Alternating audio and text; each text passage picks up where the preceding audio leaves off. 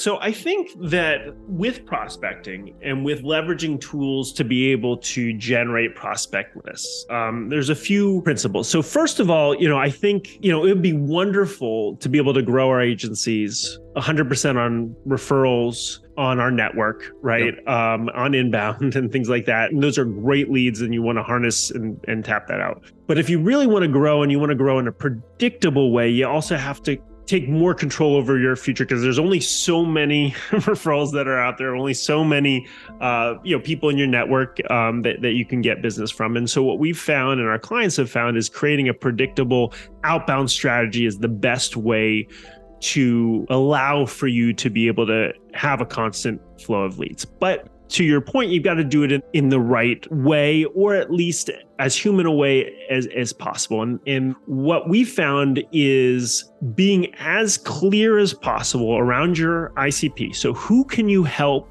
the best and why? And then first of all, starting from there, right? And using those tools, Apollo and Zoom, and there are lots of them, to be very targeted in the types of contacts and prospects that you are best able to help. And then if you can go a step further and think about times when your service might be most relevant to them, or one of the buyer personas is part of your ICP, when you might be most relevant. So for instance, a lot of times for sales roads, there are two different times that somebody might be thinking about, SDR outsourcing or outbound. First, like when there's a new hire, like a CRO starts up at a company and they are under the gun to try to figure out how to generate pipeline very quickly. That's a good opportunity for us and a way for us to be relevant to them, right? Because they're thinking about that. That's a pain. And so you can structure your outbound around that pain and around some ideas around that pain and ways to help them.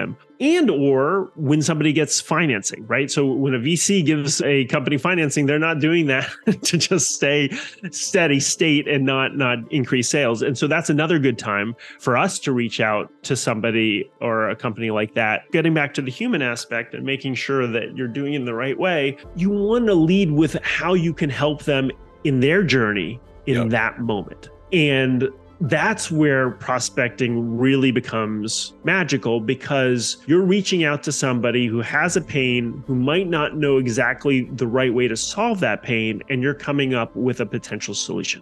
And in that case, both your chances of success as an agency are better, but also your chance of helping them is better, and they're very tied together. And so there's so many avenues we can go here, Stephen. I'm not sure if that's where you were driving at, but to create these types of lists from these different sources, it has to be tied to that greater strategy.